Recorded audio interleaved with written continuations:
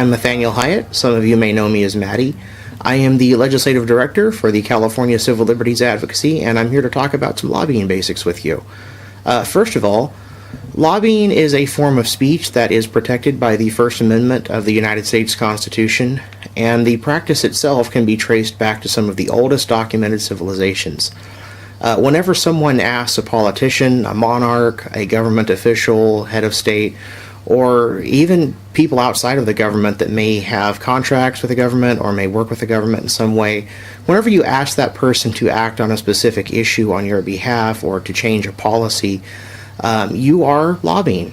So it's actually corporate lobbying that mostly gets the bad rap, and sometimes deservedly so. That's where you hear about people talk about draining the swamp. They talk about getting big money out of politics, but that's not what we're talking about here. And on that note, even a socio-political activist on a shoestring budget can still have quite an impact on their state legislature and even on Congress.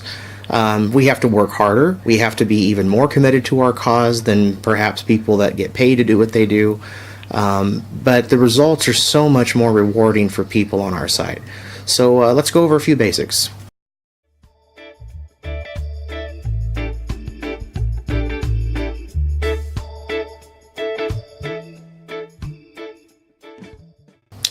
So if this is your first time lobbying, let's talk about some of the problems that can arise when you're going in cold and you've never done this before.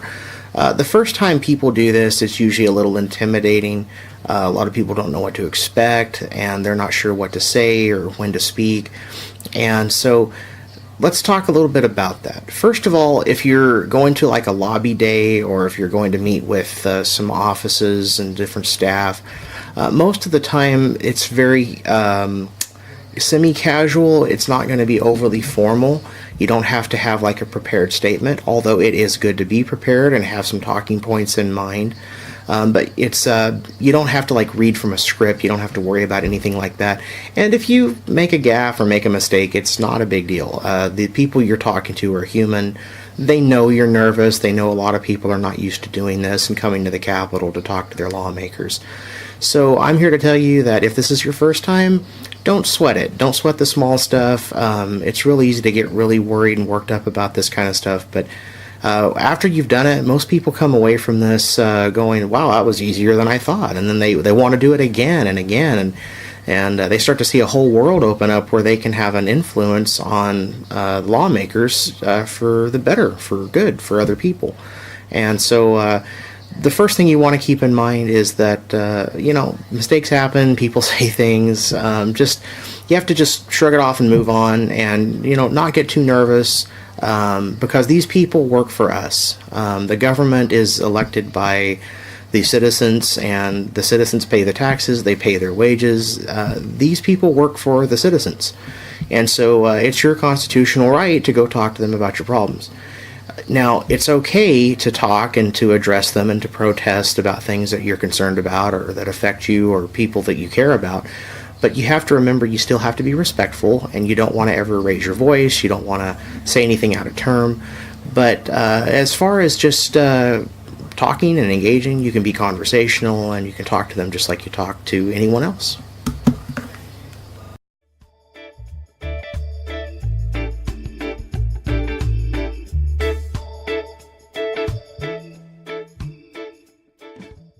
Okay, so let's briefly talk about the legislature itself, and then we'll talk a little bit about how a bill gets introduced and becomes a law.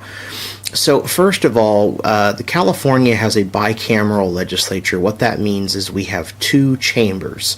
So you may have heard in Congress we have the Senate and we have the House. California works the same way. We have a Senate, and instead of the House, we call it the Assembly. Assembly members serve 2-year terms, and senators serve 4-year terms. And so that gives you a little bit of an idea. So when we get into how a bill becomes a law, first of all, you have to have a bill. Bills come from different sources. They can come from the legislator, their own idea. It can come from a lobbyist. It can come from a special interest group. It could even be something someone saw on the news and they brought it to the legislator's attention and said, hey, I think we need to do something about this. We might need to have a law. We might need to do something to regulate something. And so that's usually how it starts. It starts as an idea, and then that idea If the legislator decides to adopt it, then they send it over to the legislative council, and they either draft it from scratch, or it might be based on some model legislation, which could be provided from another interest group or another lawyer, lobbyist, someone who specializes in that sort of thing. And so then it comes back from legislative council, and then they have to introduce it, and it's assigned a bill number. It goes to the floor and the Rules Committee until it is assigned to its first policy committee. All bills go through this process, so once it's assigned to its first policy committee, eventually it'll be scheduled a hearing. That's when the public usually gets to speak and gets to come and put their input. And we'll get to that a little bit later. After that happens, if the bill passes out of the committee, it's either referred to the next committee, it's referred to the Rules Committee, and sometimes it's re-referred to the same committee because they may have decided they want to talk about amendments, or they want to talk about other changes to the bill. There's lots of different ways that these things can happen. But once the bill passes, it'll either go to another committee or it'll go back to the floor. After the Senate or the Assembly goes over the bill, it'll be put up for another reading. We call that third reading. And that's when they will actually vote on whether the bill will pass out of that chamber and go to the next. Or if it's in the second chamber, then it'll go to the governor's desk. So let's say a bill starts in the Senate. So it'll be assigned to a committee, there'll be hearings, it'll go through that process over and over again. Sometimes it'll be referred back, it'll get amended, it'll get changed. But once it finally reaches the Senate floor, then the members will vote on it, and if it gets enough votes, then it'll pass to the next chamber, to the Assembly, and then it goes through the process all over again. If the bill isn't amended, it'll go straight to the governor's desk if it passes out of the Assembly. If the bill gets amended in the Assembly, it'll have to go back to the Senate, and they'll have to concur in the amendments. So once it's on the governor's desk, your job still isn't done. There's still lobbying to be done. You can write letters. You can fax them to the governor. If you're fortunate enough to get a meeting in his office, you might be able to talk to staff and try to, influence the governor to sign the bill. So that's a little bit of an idea of the process. Now let's talk a little bit more about the appointments themselves.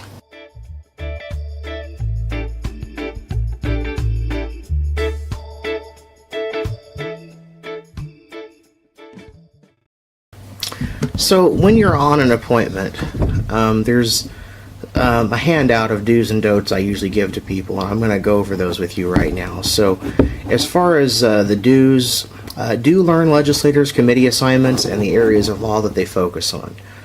Talk about the need for what you're asking them to do, such as a vote on a bill, and the need, why you feel they should vote on this bill. Talk about situations or events that fuel your argument, especially from your district or from California, and especially if you're lobbying a legislator that's not in your district, if you can research and bring attention to maybe news articles covering the issue that you're lobbying for that happened in their district or other developments, because they do pay attention to what goes on to their own district. Learn their position and why they hold that viewpoint, because you can't effectively lobby someone, especially if they disagree with you, if you don't understand why. Ask the legislator why they voted a particular way, but only talk about this when you're going over the outcome of a particular bill. Don't just ask about something that happened like 5 or 10 years ago. It has to be relevant. You want to stick to this session, or maybe a prior session within the last 1 or 2 years if it was an issue that's similar to the one that you're lobbying now. And try to be open-minded.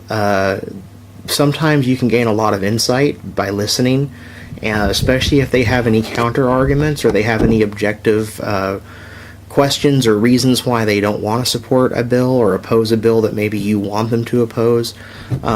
So you have to listen and be open-minded. When you don't know something, admit it. But always offer to research it and be enthusiastic about it, and tell them that you will forward the information to their office. You can ask if there's a staffer that you should be in touch with. Usually they're happy to give you a business card.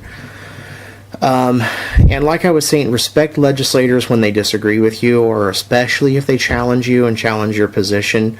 Respectful and repeated visits will sometimes be able to change their mind, especially if you have new information that might refute their position or shed new light on a matter. But remember, an abstention is still better than a no vote. So even if they're not voting for your cause, if they're not voting against you, at least you've neutralized some of the opposition. Always show respect for staffers. I get this a lot with a lot of people. We make appointments. We have people go to the Capitol with us. And it seems like everyone gets disappointed when they find out they're not meeting with the senator or the assembly member themselves. And I just want to take this time to make sure everyone understands that, especially when the legislator can't meet with you, that's really when you need to show the most respect for the staffer. Senators and assembly members vote on literally thousands of bills every year. And so the staffers do all of the heavy lifting. They do the research, they do the analyses. They're the ones that usually will talk to the legislator before they go out on the floor and vote or in committee. And so if you're not showing the appropriate attention and respect for the staff, then that same feeling and attitude is going to be relayed to the legislator. So if you go in thinking, oh, I didn't get to meet with Senator so-and-so, and so this is just a waste of time, and you exhibit that attitude, the staffer's going to notice that, they're going to pick up on it, and they're not going to take you seriously, and they're not going to relay this information to their boss. So you always show respect for staffers. And, of course, at the end of the appointment, always thank the legislators and or their staff for their time and attention, and especially if they support your position, and always offer to follow up. That's one of the most important things. Is you can have a great meeting, you can talk about it, and then, it's kind of like the old saying goes, out of sight, out of mind. If you don't follow up, you don't call, you don't drop back in, you don't do a follow-up appointment, then it's not necessarily going to hurt you, but it's certainly not going to help, especially if they forget. You want to stay fresh in people's minds. So now let's go over the do nots. Don't talk about more than one issue at a time. So if you make an appointment or you have a meeting with a legislator or their staff, it's okay to talk about more than one issue if it's relevant, but if it's not relevant, you don't want to go in and say, well, we wanted to meet with Senator so-and-so to talk about supporting Senate Bill such and such, and then you go in and you talk about that bill maybe briefly, but then you start talking about a completely different bill, or you can start talking about a completely different matter that isn't even being addressed by the legislature that year. For instance, in order to get a bill introduced, you need to talk to your legislators about it. But the problem is if you come in the middle of the session when they're right in the middle of hearings every week and every day, and they're voting on bills, thousands of bills, they're not going to have time to talk about a bill idea for next year. That you have to save that for when the session ends, and they have a little bit of a break at the end of the year. So you want to be careful not to start talking about stuff like that, because they'll tune out. You'll lose them. You'll lose their attention. You'll lose them as an audience. Another thing is, don't ever confront, threaten, or beg. If you beg, you look like you're desperate. If you threaten, that's kind of a good way to get the sergeant at arms called and have you escorted out of the building. You might even get arrested. So don't make threats, not even implied threats. Never, ever, under any circumstances, raise your voice, shout, stare. Don't ever make sarcastic remarks or be argumentative. As I mentioned, the sergeant at arms will be called and you will be escorted out of the building, and like I said, you might even be arrested. If things get a little heated, the discussion gets a little tense, and you feel something triggers a feeling in you and it's kind of hard to fight, then just casually excuse yourself and don't come back to the meeting. If there's other people in the meeting, then they can handle it. They can finish it up. Usually when people are working with us, we have at least one experienced legislative advocate on the team, and they can direct the matter, and they can direct the meeting.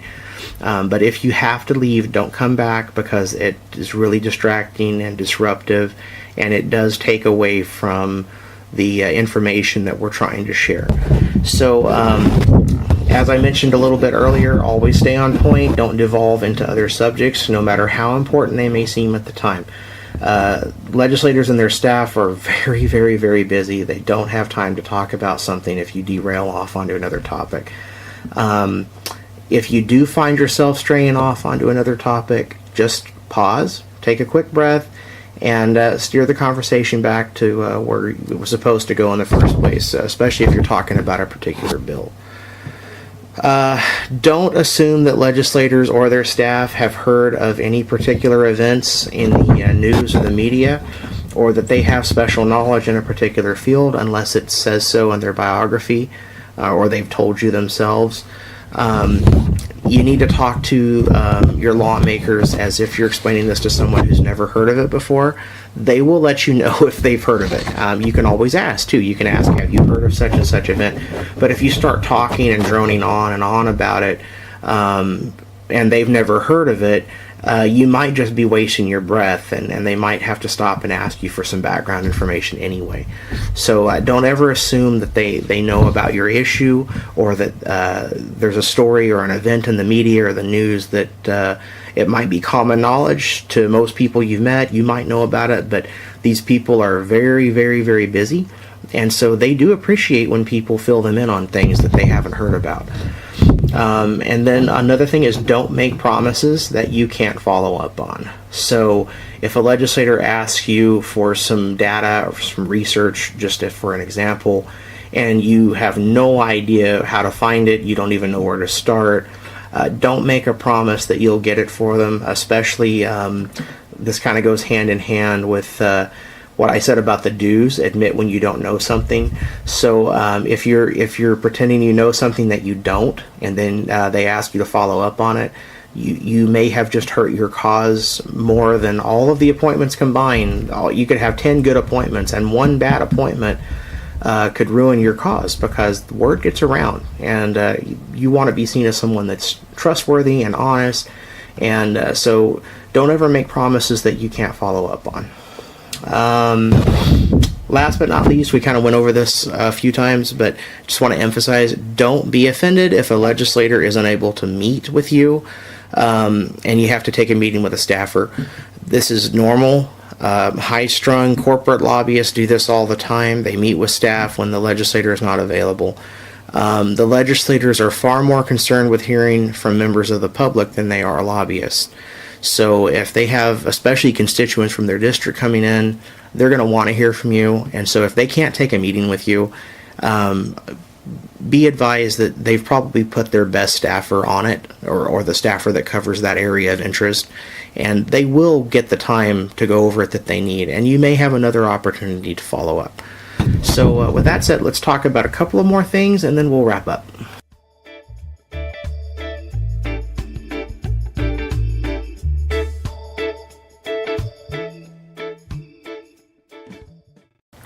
Okay, so we have just a few more things to go over here. One of the things I've noticed over the years is that when people get an appointment with a senator, they seem to be excited. They think it's very important. They'll even get time off from work so they can be there. But when we book appointments with assembly members, the urgency kind of fades away. It's kind of like, oh, it's just the assembly, and it's not worth, taking time off from work or school or anything like that. And I just want to say that it's quite the opposite, actually. The Senate is comprised of 40 members. It's a little smaller. The members there have been there longer. They usually started in the Assembly and they moved to the Senate. They serve 4-year terms, so they're actually able to stay in the Senate and get good at their job longer than Assembly members have, because you may have heard this said about members of the House and Congress. But as soon as an assembly member gets elected, they start running their next campaign, because you only have 2-year terms, and every election cycle is 2 years. And so the Senate has a little more time to deliberate, and sometimes they pass legislation real easily that the Assembly takes longer to do. Sometimes you see legislation pass in the Senate that won't get out of the Assembly. And you have to remember that regardless of how you feel or how these titles may sound to you, the Assembly has 80 members. It has twice as many people as the Senate, and it tends to be a little more moderate than the Senate. And so you really need to take your time, and you really need to get to know the members of the Assembly. Because there's more members, it's twice as much work. Because they serve shorter terms, they generally have to rely on lobbyists and information for lobbyists more than senators do. And so if you get an appointment with an Assembly member, don't think that it's insignificant. It's not just the Assembly. The Assembly is every bit as important as the Senate. If you get your bill passed through the Senate and it dies in the Assembly, then your bill's not going to pass at all. It has to get through both chambers. So the Assembly is every bit as important, if not more. And so we're just going to go over some final points, and that'll conclude this video.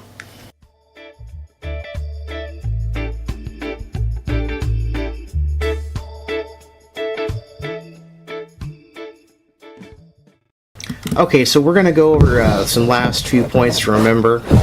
This is basically kind of a summary of everything we've talked about, and kind of overlaps with the do's and don'ts we went over earlier. So here's some things to remember. First of all, legislators are elected by voters, so they care what voters think, especially when they're interacting with constituents from their own district. Number two, one letter from a constituent is worth 10 lobbyist letters, because a common citizen is not paid to take action, and the legislator knows this. They know that they're taking time out of their own life to do this. They're not paid to do it. And so a letter from a constituent in a district carries a lot more weight than what people like I do.